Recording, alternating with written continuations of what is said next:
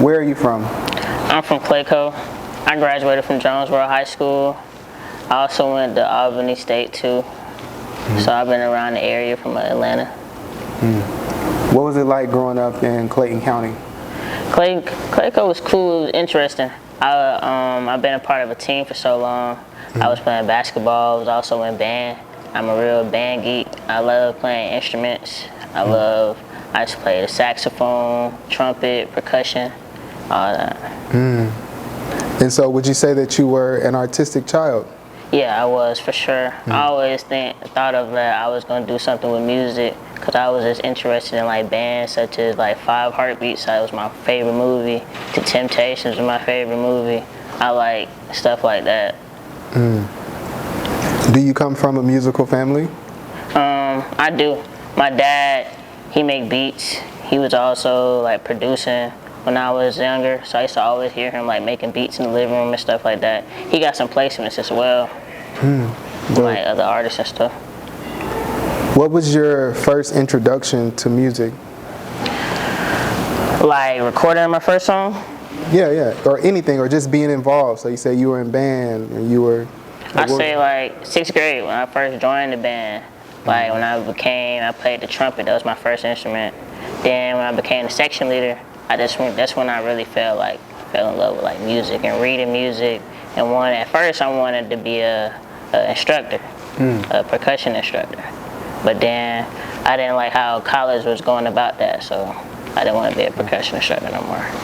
So you actually received a scholarship for band? Yes, at Albany State. Yeah. That's dope. Okay. And so you went to Albany State for band. Were you making music then, like recording music, or were you just... I was recording music out of my closet. I was dropping songs on SoundCloud and stuff like that. But I say I recorded my first song back in high school, like 10th grade. Yeah. And what was that process like? That process was cool. My dad taught me how to use Pro Tools. So my dad would come in there and set up a template for me, and I would just record on Pro Tools. And then I dropped my first song, and that inspired like people in my school to do music. So they used to come to my crib, and I used to charge them like $25 an hour to record a song. So that's how I really got introduced to like engineering myself and others too. And so what was like, how did your peers respond to your first song? Some people made fun of it. Some people just was surprised. It was really surprised because I'm quiet. I don't like to talk like that. So when they heard the first song, they was like, "This sounds good, but you like quiet, so I don't believe it's you," until I just start dropping more music. All right. And so did you get signed by a label? Did you get any attention after that first drop? What happened? I got attention, but I wasn't signed by a label or anything. But I got attention. I didn't know like until I searched up my name that I was on Hot New Hip Hop and Lyrical Lemonade as like when I was in 2014, when I was just like 16 years old, and I was on Hot New Hip Hop and Lyrical Lemonade just as like a SoundCloud type of person. Yeah, those some fire placements, like. And I was young. I was 16, so I didn't know what was going on. But did the music slow down? Like, how did you cope with like being in band and being an artist? I say like at first, I was too much of an alias. People didn't really know who I was. When I was making music, I used to just drop anything as a group, like Cash Nova. I didn't have like a name for myself, and it was just under a group, and nobody really knew who I was. So I say I was too much of an alias when I was dropping music. So that like kind of displaced me now, because I'm getting my face out there now. Okay. And so who all was in your original group? Dude named Ant, Cam, and my cousin Tate. We all had a group called Cash Nova. Okay. And so what happened to the group? What happened to the group? Nothing. We just got older. People like Cam, he's doing fine. He's a pharmacist, and Ant's doing fine. He's doing his own thing. We just grew up. I felt like I really had the passion with music though. Everybody else, we just grew up. That's how it is.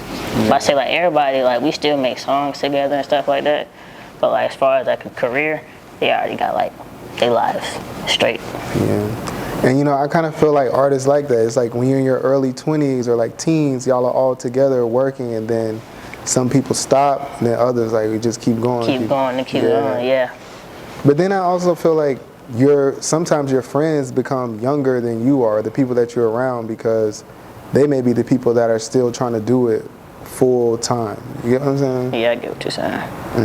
Okay, and so did you graduate from Albany State? No, I didn't graduate from Albany State.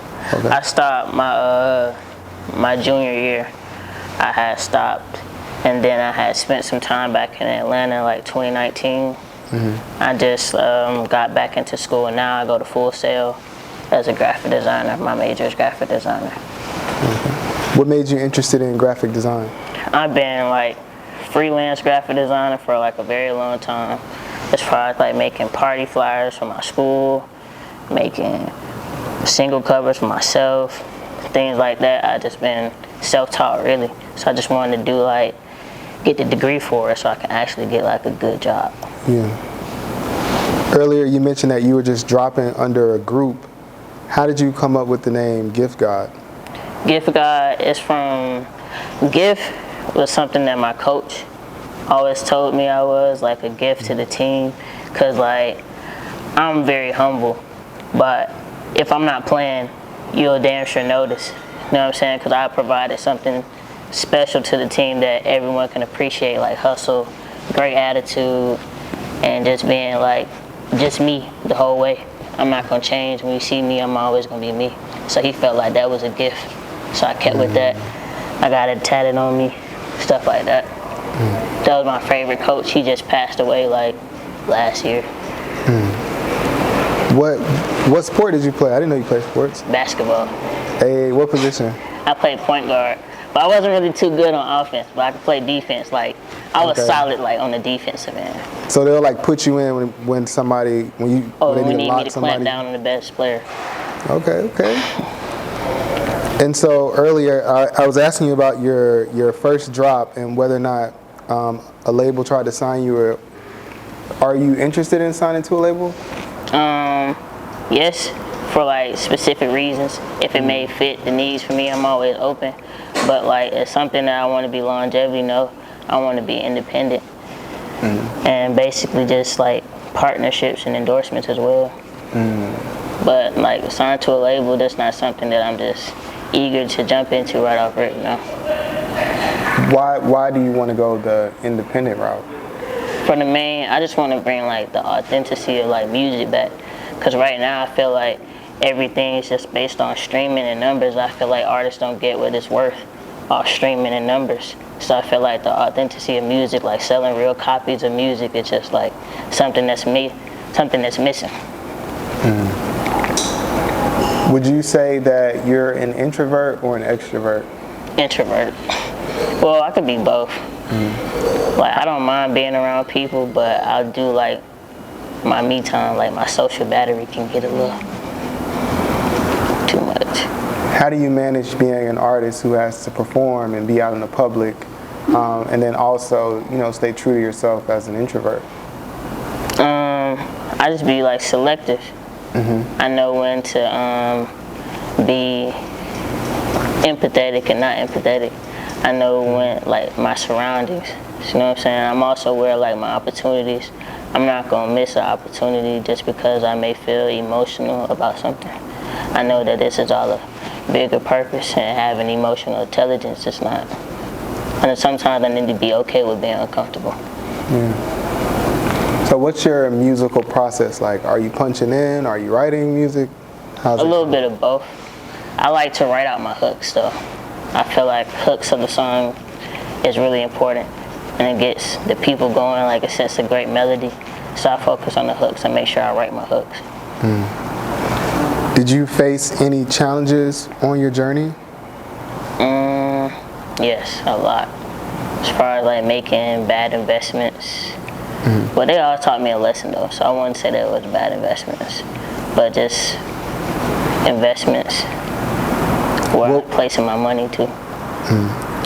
So you're saying like what, like spending on bad promotion, or like what specifically? Just knowing who to trust and who not to trust. Yeah. As far as who's a great fit for my team and who's just saying it. Yeah. Does your family agree with your career as a musician? Yes, my mom wants me to be a songwriter. Oh. She likes the way I write my music. She likes the melodies of my music. She wants me to be a songwriter. Wait, so how did she feel when you said you were going to school for graphic design? She felt like this is something that she always, because my mom always pushed me to do like sports. Oh. So she felt I had a basketball scholarship as well. So when I chose to go to Albany State, they kind of turned her away. But she had to just realize that this is what I like to do. And she was okay with that. What's been the most memorable moment so far in your career? I say, really now, as far as like me performing, me getting out my shell, like I'm really like, feel like I'm bringing a community together of people that truly like me for me. So I feel like right now me getting out my shell and performing with people, meeting new people, that's really been a highlight. In 2022, what's more important, the way that an artist looks or the way that they sound? The way that they look. You think so? Yeah. Why do you say? Because now I'm not gonna say like, I'm not like knocking anyone's art. Because someone could just make like a quick hit and people may down it because it may be like mumble rap or whatever. You know what I'm saying? But art is art. You know what I'm saying? Like conceptual art is different from abstract art. Like you can't discredit the two. It's both. They both is their way of art. So, you know what I'm saying? So the way they look is more important because people now are just in love with the branding. Yeah. Like the people that do NBA YoungBoy eat like this and eat real crazy and stuff like, that's way more important than what he may sound like. Because the NBA YoungBoy dropped like 6 albums a year. You know what I'm saying? But you know who NBA YoungBoy is and how his branding is. Yeah. Do you practice any other art forms outside of music? Yeah, I try to practice on the way I dress. Okay. And like, I practice on a lot. Like the way I dress, I practice on how I'm gonna perform. I make sure, I need to practice on how I talk. Like what would I say if I'm having like conversation with somebody? Because I be finding myself talking to important people, and sometimes it's hard for me to keep the conversation going. Really? Yeah. So I'm working on that. What's been the most memorable moment in your career? The most memorable moment, I say, shooting the video to my latest single, And One. It was really like some last minute type of stuff. But yeah, that video was like last minute, but it's like been like the most impactful song I released right now. Yeah. What's your biggest inspiration for the music that you make? My biggest inspiration? Like who is my biggest? It could be a person or it could just be anything in general. It could be art, it could be anything. I like music, like just having like the freedom to like create. I also like the people that I'm inspired by is like Chris Brown. I'm inspired by like groups like Gap Band. I like Temptations. I like indie rock. I like Grady. I like Home Shake. I like just the music in itself and like different instruments. I like playing music as well. Like reading music. Like the songs that I would write for myself, I would like to give it a sheet music to a band and be able to teach them how to play the songs. You mentioned that you were interested in business. What drew you to entrepreneurship or just business in general? Just the idea, the fact that like, cause like, I don't like when shit like, somebody can just sweep something under my feet. Like, whether it may be like we're working together and like, I'm employed, you know what I'm saying, and you just lay me off. You know, no Yeah. explanation. I don't like the fact that you can just, everything be all gravy and somebody can just sweep something under your feet like that. I don't like that. So I like being able to control my own life. I don't like being micromanaged. I like having my own freedom to think. And if I make a mistake, it's on me. You know what I'm saying? Yeah. And it's on me to learn and recover the way I want to recover. Has your music career caused any conflicts in your personal life? Yeah. In what way? And what I say like socially, like my friends and stuff like that. Cause like I like to work in a group sometimes to keep things going, but now I'm noticing like I can work in a group, but it can just be like the people who actually believe in what I believe too.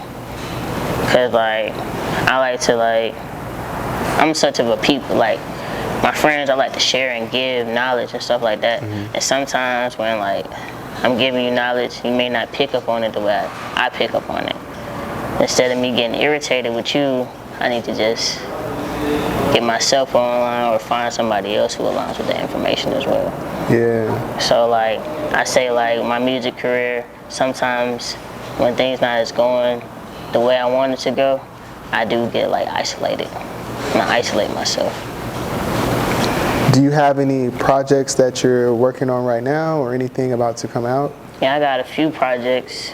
Finna drop a project with 32 Olay. We got something together. I got another project, just like, I got a rap project. That's my first time ever rapping. I never rapped before, but that shit, people fucking with it. They said it's dope, so I've been doing that. And then you also said you have a tour coming up. Yeah, tour. Tour is gonna be in December with Just Call Me Vito, Playlist Academy, and Scotty ATL. We're going to be going to Denver, LA, Houston, Birmingham, Memphis, and the last show is going to be in Atlanta at Aisle 5 over there on Little 5 Points. For someone watching this who aspires to do what you do, what advice would you have for them? I'll have to just like stay true to you as far as like whatever works for you, you know what I'm saying? Make it work for you. Like don't get too caught up in like social media and like other artists and comparing yourself to other artists, because like we're all ourselves and we all have our own journey and we all got lanes, different lanes that we can go on. Like music is just not a one stream of what you see today. Like Drake is not the only thing going. You got like Bad Bunny, you got Russ, you got they still make numbers. Like just because they may not be in the forefront of what you see every day, you can't compare yourself to people like that. You got your own path and there's still abundance out there for you.